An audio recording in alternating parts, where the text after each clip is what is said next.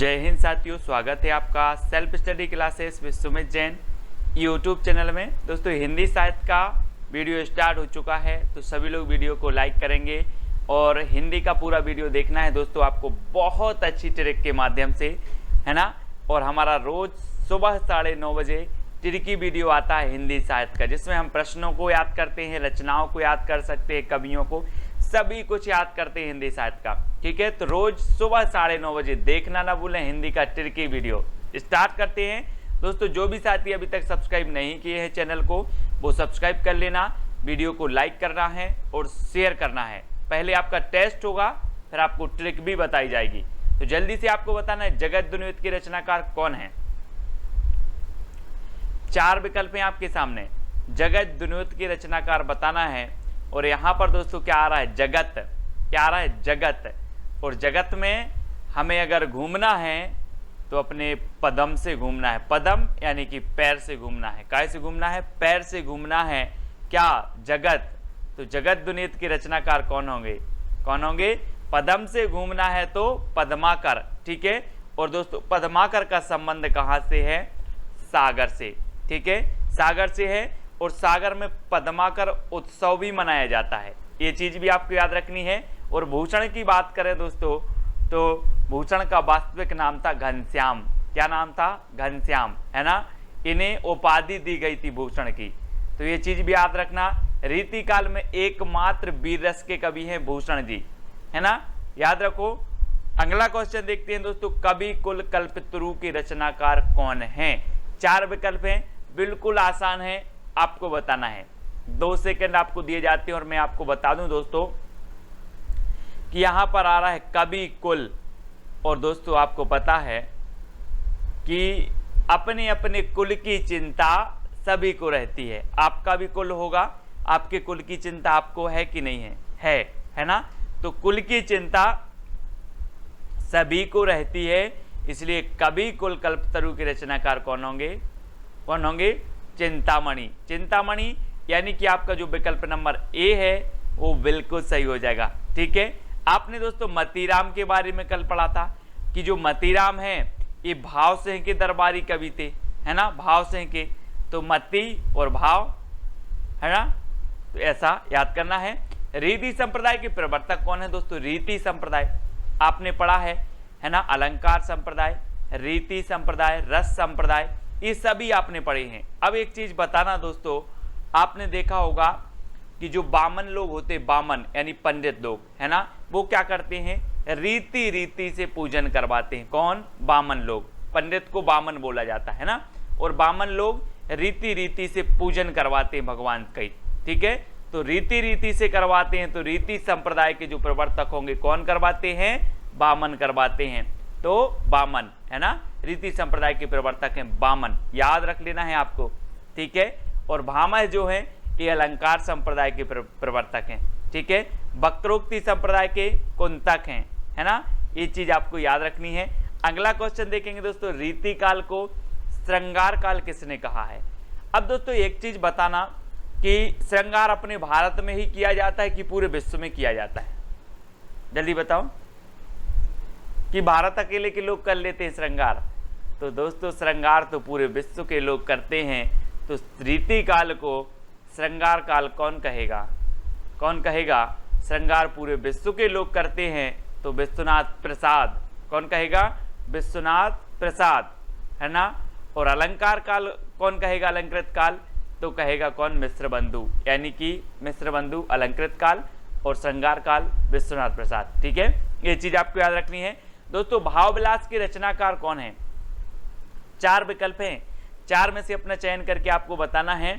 और हम बोलते ना आजकल, बोले आजकल तो आप भाव भी नहीं दे रहे, है ना, भाव नहीं दे रहे, है ना, या फिर भाव देव।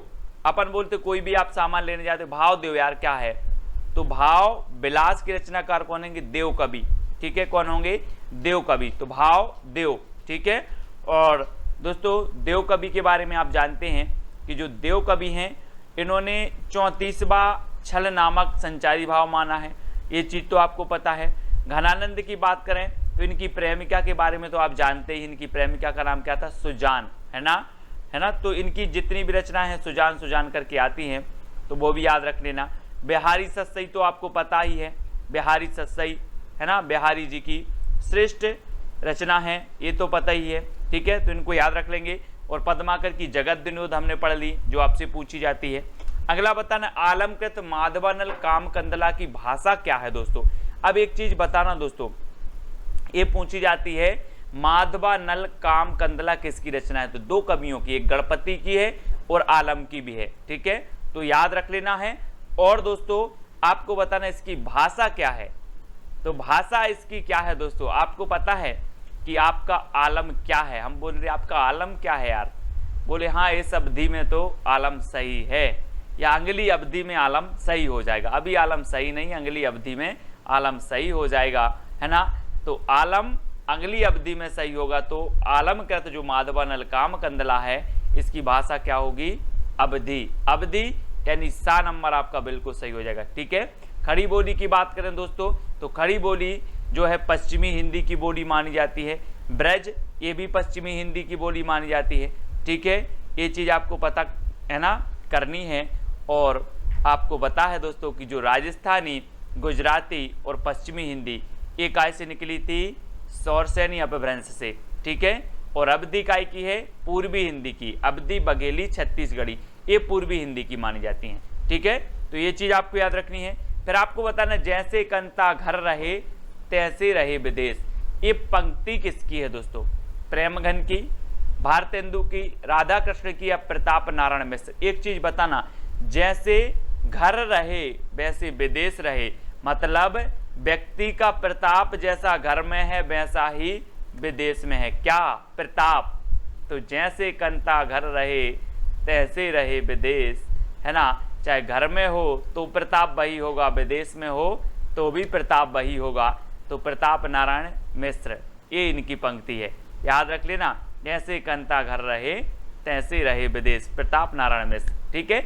अगला बताना है दोस्तों आपको, हिंदी साहित्य में महाप्राण शब्द किसके लिए प्रयोग किया जाता है। चार विकल्प हैं दोस्तों, बहुत ही बढ़िया है ना। और आपको पता है क्रांतिकारी कवि भी इन्हें कहा जाता है ना। और छंद मुक्त रचना इनकी एक जूही की कली है, ठीक है। और सबसे ज्यादा विरोध हुआ तो वो इन्हीं का हुआ है।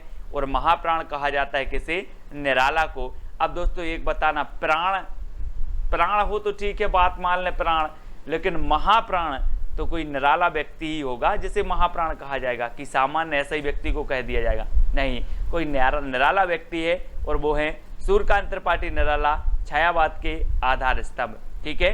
जूही की कली इनकी प्रथम छंद मुक्त रचना मानी जाती है। महावीर प्रसाद द्विवेदी ने सरस्वती पत्रिका में प्रकाशित करने से मना कर दिया था जूही की कली को। और दोस्तों बाद में ये रचना इतनी प्रसिद्ध हुई कि निराला जी की प्रसिद्धि का कारण बनी जूही की कली, ठीक है, याद रख लेना है। महावीर प्रसाद द्विवेदी की संपत्ति शास्त्र आपको याद रख लेना।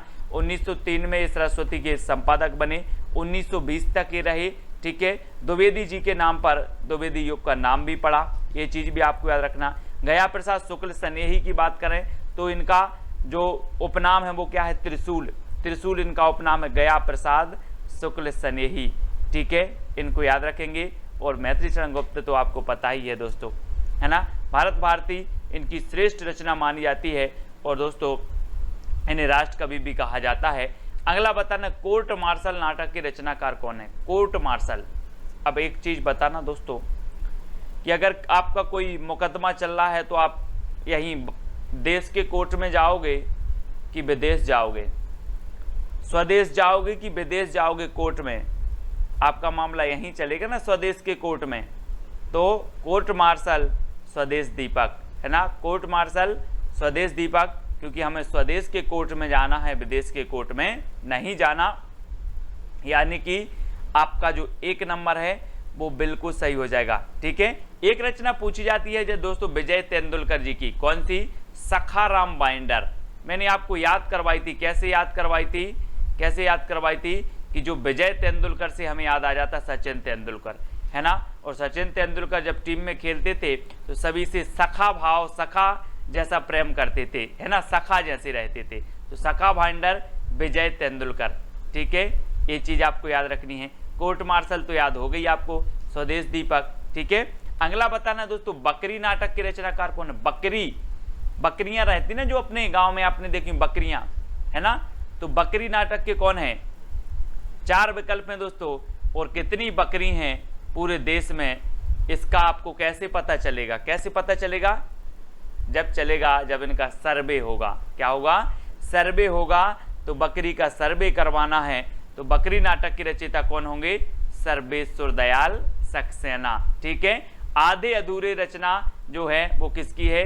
मोहन राकेश की है, आधे अधूरे, है ना। हबीब तनवीर की कौन सी है? चरणदास चोर। चरणदास चोर इनकी बहुत ही प्रसिद्ध है, कई बार पूछी गई है। ठीक है, चरणदास चोर, ये याद रख लेना है। और बकरी नाटक किसका है? तो सर्वेश्वर दयाल सक्सेना जी का है। ठीक है।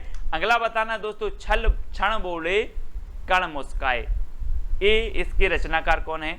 धर्मवीर भारती जी हैं, महादेवी वर्मा है, कन्हैयालाल मिश्र प्रभाकर हैं, या फिर नामवार से हैं। तो 2 सेकंड में आप अपने उत्तर का चयन करेंगे और आपका बिल्कुल सही आंसर होगा कि अगर आपको कन्हैया जी के दर्शन हो जाएं या फिर आपके आंगन में कन्हैया जी आ जाएं, कन्हैया जी, तो क्षण बोले कण मुस्काए, है ना। कण कण क्या करने लगेगा? मुस्काने लगेगा। अगर कन्हैया जी आ जाएं तो कण कण मुस्काने लगेगा। तो क्षण बोले कण मुस्काएं, क्योंकि कन्हैया आ गए। तो कन्हैयालाल मिश्र प्रभाकर की रचना है क्षण बोले कण मुस्काए। ठीक है। बात कर लेते हैं महादेवी वर्मा जी की। मैंने आपको कई बार बताया है, महादेवी वर्मा जी को यामा के लिए एकमात्र ऐसी कवित्री थी जिन्हें ज्ञानपीठ पुरस्कार किसी रचना के लिए ज्ञानपीठ पुरस्कार मिला, है ना। तो याद रख लेना है। ऐसा भी क्वेश्चन पूछा जाता है कि हिंदी साहित्य में ऐसी कौन सी एकमात्र कवित्री हैं जिन्हें किसी रचना के लिए ज्ञानपीठ पुरस्कार मिला, तो वो महादेवी वर्मा ही है। ठीक है, ये चीज भी याद रखनी है दोस्तों। निबंध कृति आलोक पर्व के रचनाकार कौन है? आलोक पर्व बताना है। 4 विकल्प हैं और 4 में से उत्तर बताना है और आपका बिल्कुल सही आंसर क्या हो जाएगा दोस्तों? एक चीज बताना कि हमारे देश में कितने पर्व हैं, गिन के बताओ। तो दोस्तों आपने कहा सर देश की बात है तो हमारे देश में हम नहीं गिन पाएंगे कितने पर्व हैं, वो तो हजारों पर्व हैं। कितने पर्व हैं? हजारों पर्व हैं। तो आलोक पर्व के जो रचनाकार होंगे वो कौन होंगे? हजारों पर्व हैं तो हजारी प्रसाद द्विवेदी। ठीक है ना। याद रख लेना है। श्रेष्ठ साहित्यकार हैं दोस्तों हिंदी साहित्य के। हिंदी साहित्य के आदिकाल को इन्होंने आदिकाल कहा, है ना। हिंदी साहित्य की भूमिका इनकी रचना है हिंदी साहित्य का आदिकाल, हिंदी साहित्य का उद्भव एवं विकास। ठीक है। और दोस्तों एक इनकी रचना पूछी जाती है, मैंने आपको याद करवाई थी, अशोक के फूल। ठीक है, अशोक के फूल इन्हीं की रचना है, द्विवेदी जी की, है ना। और आलोक पर्व भी है। इनका हजारी नाम है, मतलब 1000 से आपको याद रख लेना है। ठीक है, 1000 से इनकी बहुत सारी रचनाएं याद हो जाती हैं। जैसे आलोक पर्व हमारे देश में 1000 हैं, तो हजारी प्रसाद द्विवेदी। अशोक के फूल, तो अशोक के फूल, भाई अशोक का फूल है तो अशोक में एक फूल तो फूलेगा नहीं, हजारों फूल फूलेंगे, तो अशोक के फूल हजारी प्रसाद द्विवेदी। ठीक है, इस प्रकार से हम याद रखते हैं, है ना। अगला आपको बताना है दोस्तों, आधुनिक हिंदी साहित्य की सर्वाधिक लोकप्रिय विधा कौन सी है? सर्वाधिक लोकप्रिय विधा बताना है ना। विभिन्न प्रकार की काव्य विधाएं होती हैं दोस्तों। कहानी विधा है, उपन्यास विधा है, नाटक विधा है, कविता विधा है। कुछ मुख्य विधाएं होती हैं, कुछ गौण विधा होती हैं, है ना। लेकिन यहाँ पर आपको बताना है कि जो सर्वाधिक प्रसिद्ध विधा है वो कौन सी है। तो याद रखना वो कौन सी विधा है? कहानी विधा। कौन सी है? कहानी। आप किसी को भी कहानी सुनाओ वो मंत्र मुग्ध हो जाता है ना। तो हिंदी साहित्य की सबसे प्रसिद्ध जो विधा मानी जाती है वो कहानी विधा मानी जाती है। और अगला क्वेश्चन आपको बताना है, प्रेमचंद का वास्तविक नाम क्या था? कल हमने प्रेमचंद के बारे में पढ़ा था दोस्तों कि इनके उपन्यास हैं सेवा सदन, कर्म भूमि, गबन, निर्मला, है ना, गोदान, इस सारी की सारी इनकी रचना है। और इनका एक जो रचना है, एक कौन सा? मंगलसूत्र। मंगलसूत्र इनका अधूरा उपन्यास माना जाता है, अधूरा उपन्यास मंगलसूत्र प्रेमचंद जी का। और दोस्तों इनका जो वास्तविक नाम था वो क्या था? क्या था? प्रेमचंद जी ने कहा कि धन का मुझे क्या करना है, धन का मुझे क्या करना है, मुझे तो प्रेम मिलता रहे। तो धनपत राय इनका नाम था। क्या नाम था? इनका वास्तविक नाम था धनपत राय, है ना। और जब इनकी सोजे वतन अंग्रेजी सरकार द्वारा जब्त हो गई तो फिर दोस्तों एक किस नाम से लिखने लगे थे, नवाब राय नाम से, है ना, नवाब राय। तो ये चीज भी आपको याद रखनी है, नवाब राय, है ना, नवाब राय नाम से ये लिखते थे, लेकिन जब इनकी वो सोजे वतन जब्त हो गई थी तो ये प्रेमचंद नाम से लिखने लगे थे ना। दया प्रकाश नारायण द्वारा ये नाम दिया गया था प्रेमचंद, ऐसा है, ठीक है, तो याद रखना है। अगला बताना है मनोविश्लेषणवादी कहानीकार हैं तो कौन है। ये क्वेश्चन हमेशा पूछा जाता है दोस्तों, मनोविश्लेषणवादी कहानीकार बताना है।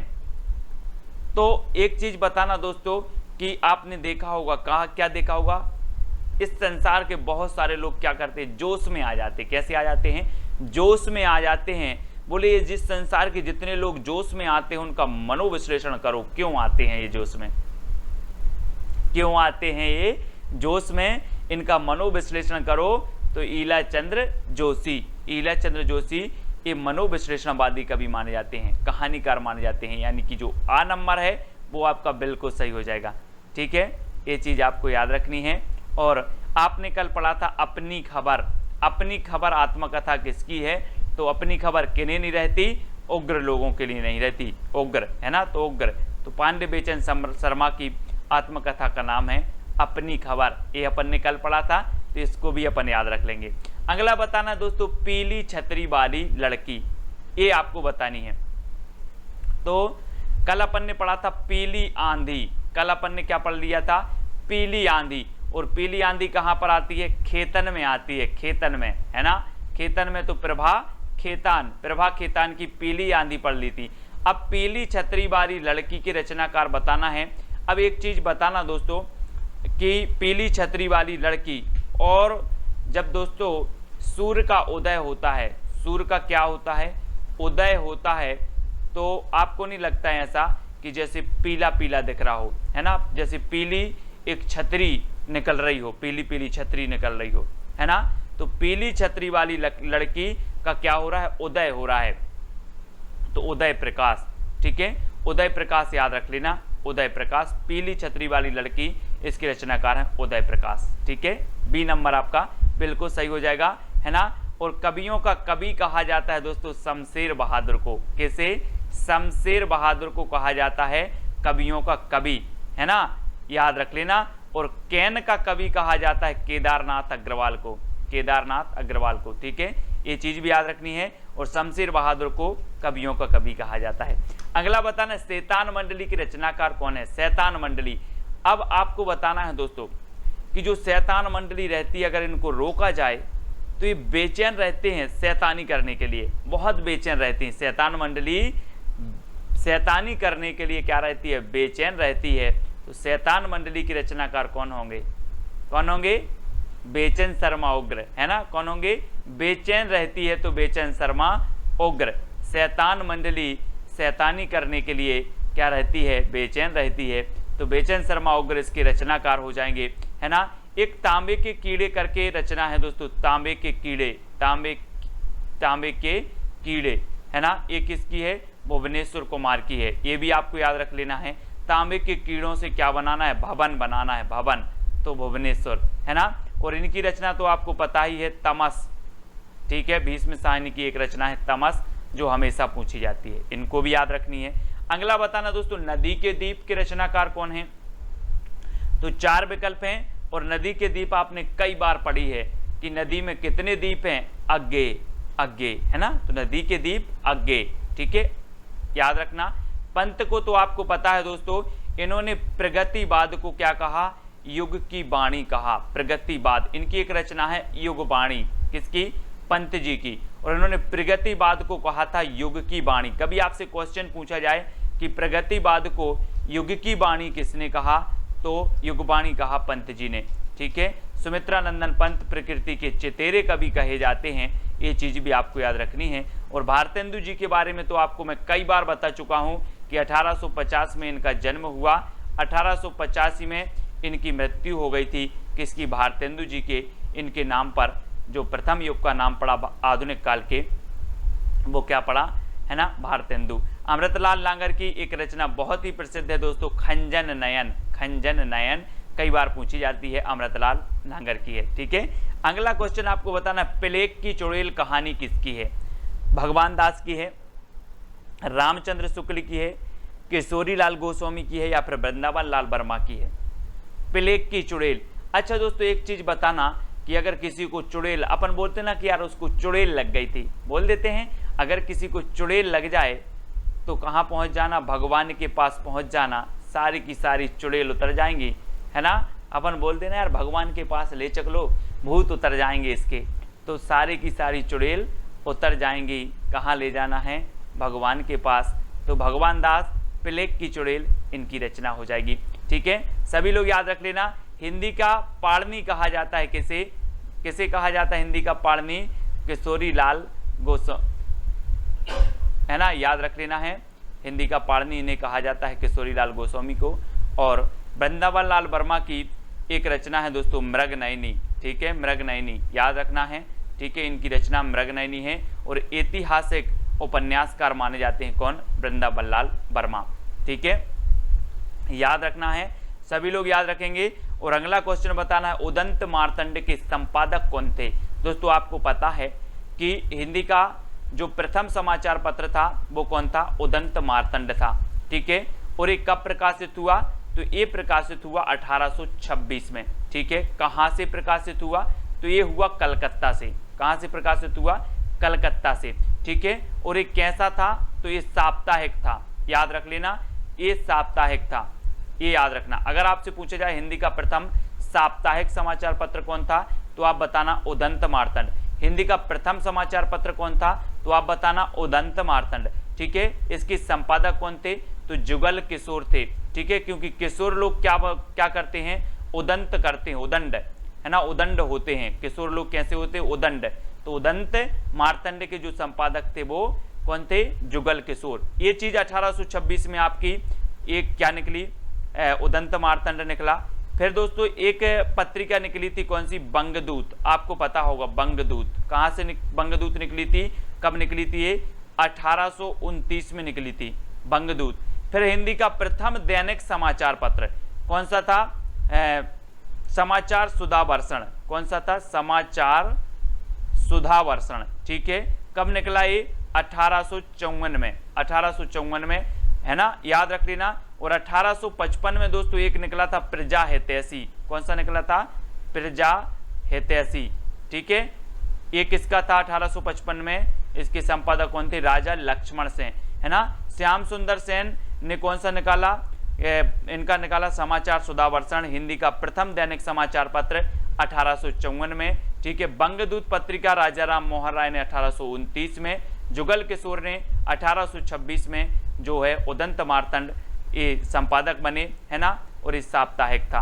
तो ये सारे के सारे आपको याद रख लेना है, ये भी आपके समाचार पत्र भी पूछ लिए जाते। ठीक है, अब दोस्तों आपकी चैलेंज की बारी है। आपको 4 विकल्प दिए जाते हैं, 4 में से एक का चयन करना है ना। आपको बताना है क्या भूलूं क्या याद करूं, किस विधा की रचना है। ठीक है, ये आपका चैलेंज प्रश्न है। सभी लोग कमेंट में लिखेंगे और इसके बारे में और भी लिखेंगे दोस्तों कि ये किसकी रचना है ना, और ये आत्मकथा है, जीवनी है, क्या है, ये चीज आपको बतानी है। अगर आत्मकथा है तो किसकी है, कितने खंडों में विभक्त है, ये चीज भी आपको बतानी है। तो विस्तृत जितना आप लिख सको उतना आपको लिखना है। और कल का एक प्रश्न जो आपको चैलेंज प्रश्न दिया था कि महावीर प्रसाद द्विवेदी सरस्वती पत्रिका के संपादक कब बने, तो बहुत सारे लोगों ने उत्तर बताया। अच्छा लगा, मैंने सारे के सारे कमेंट देखे कि 1903 में ये सरस्वती पत्रिका के संपादक बने थे और 1920 तक ये संपादक रहे, है ना। और सरस्वती पत्रिका की जब भी बात आती है कि इसके संस्थापक कौन थे, तो संस्थापक जो थे दोस्तों वो कौन थे? चिंतामणि घोष।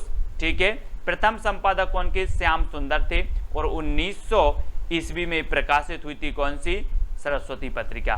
ठीक है, ये चीज आपको याद रखनी है। अब जो भी साथी टेलीग्राम ग्रुप से नहीं जुड़े हैं वो टेलीग्राम ग्रुप से जुड़ जाएंगे। टेलीग्राम ग्रुप से जुड़ने के लिए आपको क्या करना है? सर्च करना है IAS स्टडी ट्रैक और ज्वाइन हो जाना है। और साथ ही दोस्तों व्हाट्सअप ग्रुप है अपना हिंदी साहित्य का, उसमें जुड़ने के लिए आपको क्या करना है? 9098609291 इस पर आपको क्या करना है दोस्तों? मैसेज करना है आपको हिंदी साहित्य ग्रुप की लिंक मिल जाएगी, तो आप ज्वाइन हो जाना। ठीक है, सभी लोग वीडियो को लाइक करेंगे। वीडियो कैसा लगा कमेंट के माध्यम से आपको जरूर बताना है। 2 लाइन आपकी मोटिवेट की रहेंगी। ठीक है, वीडियो को लाइक करके शेयर अवश्य करें। आज के वीडियो के लिए बस इतना ही। जय हिंद,